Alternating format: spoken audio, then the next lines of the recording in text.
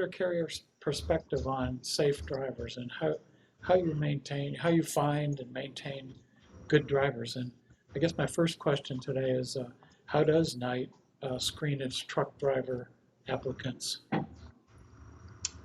Well, that's a great question, and really the foundation of any successful safety program is hiring good people. So that is the first of I think two or three program fundamentals that motor carriers should employ. Higher standards for drivers and for motor carriers. We think that when we hire drivers, we're looking for first and foremost people who will be good employees, and we we we do a pretty thorough vetting of all of our candidates, and I don't think that's too unique.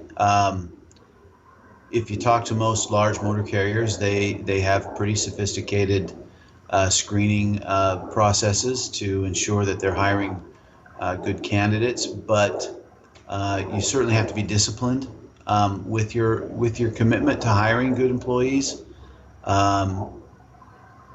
In general, our industry, as you know, need many more qualified, safe truck drivers, and unfortunately, I think what happens is sometimes in companies, even with robust vetting processes, that discipline seems to go, and so you have to remain disciplined to your standards. Our state endorse that motor carriers do hair testing.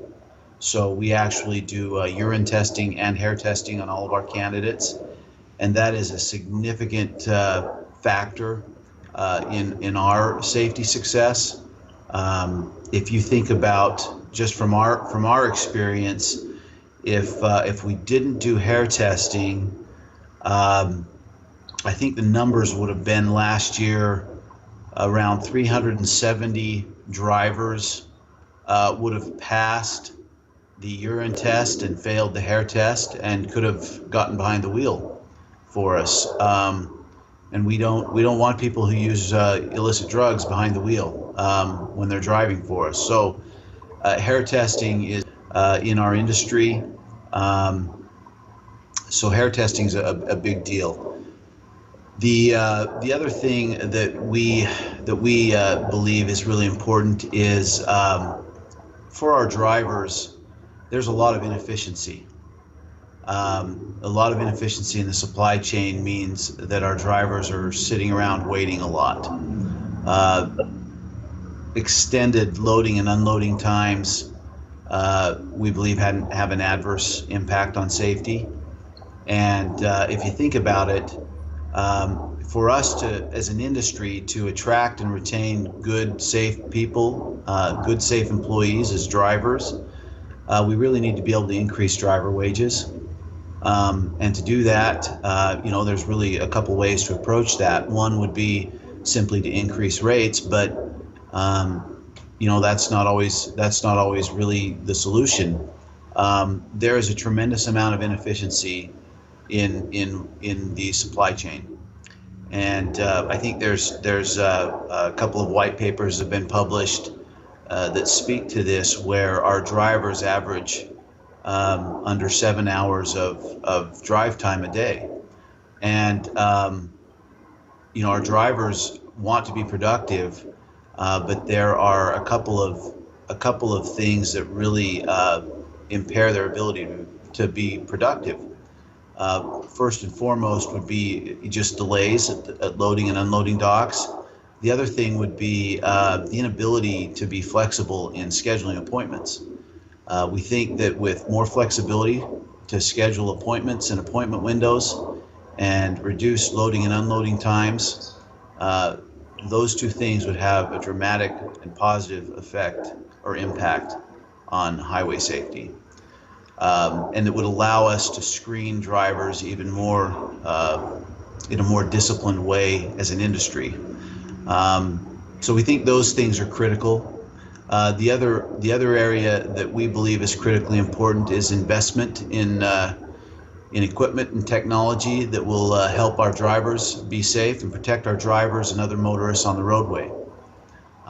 So that investment it definitely includes ELDs. We've been operating with ELDs or AOBRDs more specifically since 2009, and during the time we've operated with ELDs and hair testing, we have seen a dramatic decrease in on-the-job injuries, and on highway safety, we've seen a DOT rate that's been reduced north of 40% over that time. So we think the investment in technologies, including ELDs, the use of hair testing, and improving efficiencies for our truck drivers are all critical for us as a company, but also for the industry.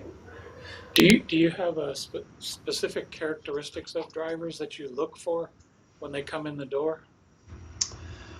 Well, that's a great question. We hire drivers of varying experience backgrounds. Our normal hiring would involve hiring only experienced drivers, but we have programs set up, training programs that enable us to hire drivers who lack experience, and drivers who are obtaining their CDL for the first time. So experience for us is not the most important factor. Skill and proficiency are. So we'll take people of varying experience backgrounds, and we will provide the training that they need in order to ensure that when they're on the highway, they're prepared and qualified and competent. So we have all kinds of solutions to help drivers obtain and become proficient in driving the equipment. And I think that's one of the other areas where investment is needed by motor carriers, is in training. You've seen it with the entry-level driver training rule, which is good in that it's proficiency based. We agree that it should be proficiency based. We also provide behind the wheel and classroom defensive driving training. So all of our drivers are trained in defensive driving techniques and principles, and they do that training both behind the wheel and in a classroom. So we think that is an important facet of our safety program. When we started doing defensive driving training in 2007, within 2 years we had seen close to a 50% reduction in DOT recordable accidents. But it requires a commitment. It requires a financial commitment. It requires a commitment to take the time and dedicate the resources necessary to provide that training to your drivers. But we believe there's a lot of value in doing that. So if you were to ask me, the key pieces of our safety program would be higher standards for individuals. When we look to hire individuals, though we can train people of varying experience backgrounds, we are pretty stringent when it comes to personal characteristics and character. Those things are very hard to train, so we look for those in all of our employees. And then we work hard with our partners in the supply chain to create more efficiencies for our truck drivers. Again, in the grand scheme of things, we need to increase driver wages. We need to be able to attract and retain the best people for this industry, and to do that, we need to eliminate a lot of the inefficiencies in the supply chain. And then finally, we make significant investments in technologies. I mentioned ELDs. We also invest in collision avoidance systems, electronic stability control systems. We also have invested in cab event recorders, and we see a very decisive impact on driver performance and safety with the investment in those technologies. Technology won't solve all of our problems alone, um, but they are important. Uh, Depending on the technologies we're talking about, they're providing an increased level of protection to our drivers and to the motoring public. Certainly, there is a lot that you can do as an individual motor carrier to leverage those technologies effectively. Um, on a standalone basis, the technology may or may not be uh, innately effective, though we think it is, but it's even more powerful when it's leveraged properly by the motor carrier. Are there ways that you monitor drivers and that shows how the technology might pay off? Do you keep data on those kinds of things? Yeah, we keep a lot of data. I think a lot like a lot of large companies, and we're a large publicly owned company. We have tremendous volumes of data. Part of the challenge is learning how to use that data effectively. And we're certainly getting better at that as a company. And I think as an industry, excuse me, we're getting better at using data.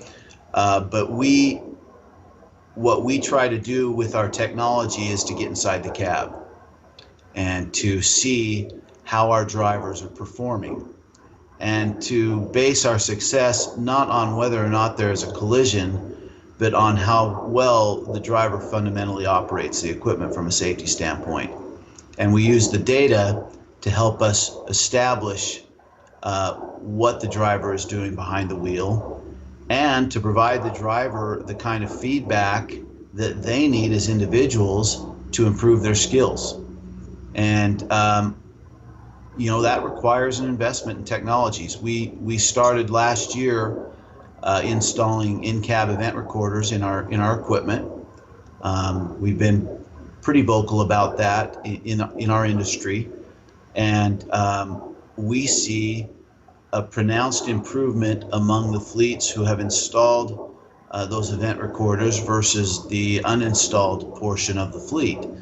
Um, I attribute that to the fact that we are really providing the driver very prescriptive, real-time information to help them improve their driving skills. Now, again, if the motor carrier is not disciplined about using that information and is unwilling to hold individuals accountable for the things they should be responsible for, it may not have much value.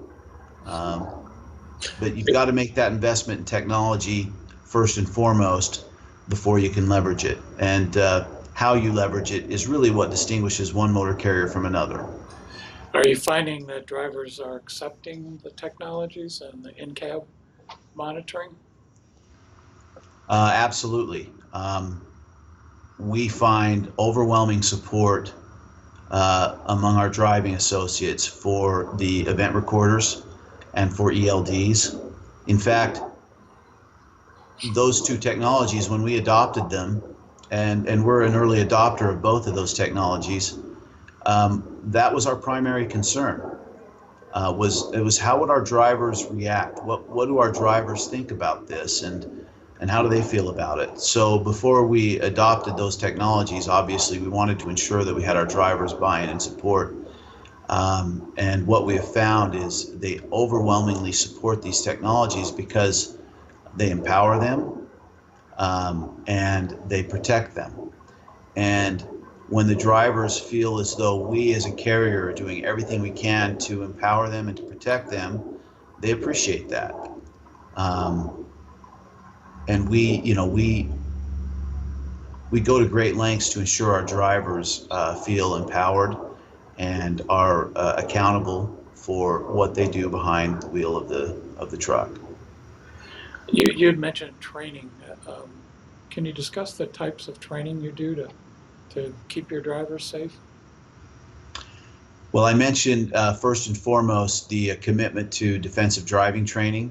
Um, and I think that is critically important for our fleet, because if you think about it, the data is pretty conclusive that more than 2/3 of the collisions involving commercial vehicles and passenger vehicles really are caused by the passenger vehicle.